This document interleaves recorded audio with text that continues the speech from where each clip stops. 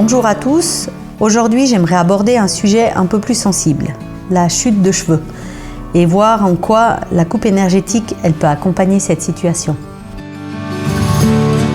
Bienvenue dans ce podcast Séverine, coiffeuse énergétique. Ici on parle de cheveux, mais pas seulement.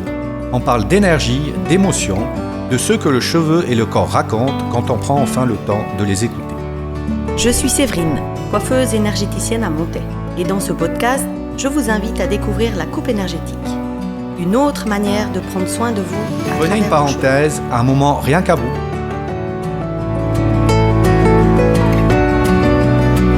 Tout d'abord, la coupe énergétique n'est pas un traitement médical, mais elle peut jouer un rôle d'accompagnement.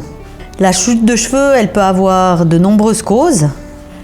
Alors ça peut être la fatigue, le stress, les saisons, les changements hormonaux, mais elles sont très souvent liées à des peurs émotionnelles, telles que perdre quelqu'un, peur de perdre quelque chose ou peur de perdre ses repères. Pendant la coupe énergétique, en fait, les vibrations, elles vont stimuler la papille, elles vont activer la circulation du sang et activer le muscle arrecteur qui sera vascularisé. Et c'est les cellules souches qu'on retrouve dans chaque bulbe, qui, je précise, le bulbe qui ne meurt jamais, même en cas de chute de cheveux. En fait, ces cellules souches, elles vont pouvoir commander de féconder des nouveaux cheveux à la matrice, parce qu'il y a tout qui a été micro-réactivé. Et aussi, elles vont agir sur la glande sébacée pour la régulariser et sur l'épiderme pour le régénérer. Alors on peut dire que cela, il vient tout réactiver le terrain puis le rendre beaucoup plus favorable à la repousse. Le cheveu, en fait, il va naître dans le follicule pileux. Il va suivre ensuite un cycle naturel. Ce cycle, il va se composer de 3 phases. Il y a la phase anagène, qui est la phase de croissance, qui dure plusieurs années. Puis la phase catagène, qui est un peu plus courte, qui correspond à une phase de transition. Et enfin, la phase télogène, qui est une phase de repos avant que le cheveu y tombe et qu'un nouveau cycle recommence. En fait, chaque follicule respecte ce cycle tout au long de notre vie, mais différents facteurs ils vont pouvoir venir perturber cet équilibre.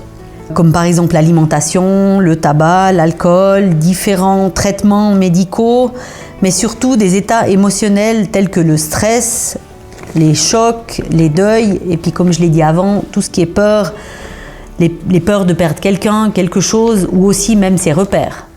Ces éléments, ils vont pouvoir raccourcir ces cycles, fragiliser la pousse et déséquilibrer le cuir chevelu. Alors c'est dans ce contexte-là que les vibrations de la coupe énergétique, elles vont aller stimuler ces cellules souches dont j'ai parlé avant.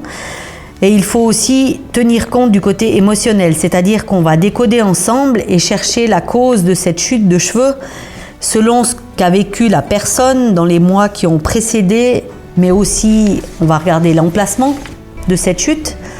Et puis c'est grâce à une introspection que la libération de ces traumatismes, elle va pouvoir arriver. Et c'est là qu'on peut arriver à de beaux résultats. C'est là aussi que la régularité, elle va devenir intéressante. Plus le travail est fait de manière suivie, plus l'accompagnement aura un effet positif et puis elle sera efficace dans le temps. Elle va pouvoir ralentir la chute puis favoriser la repousse des cheveux. Du coup, la coupe énergétique, elle va agir comme un soutien du cuir chevelu en venant relancer les mécanismes naturels du cheveu dans le respect de son rythme et de son cycle. Par contre, la coupe énergétique accompagne, elle ne remplace pas un avis médical. C'est vraiment un complément. Alors, si vous avez des questions, je reste bien sûr à votre disposition. Toutes les infos sont dans la description de cet épisode. À la semaine prochaine pour un nouvel épisode.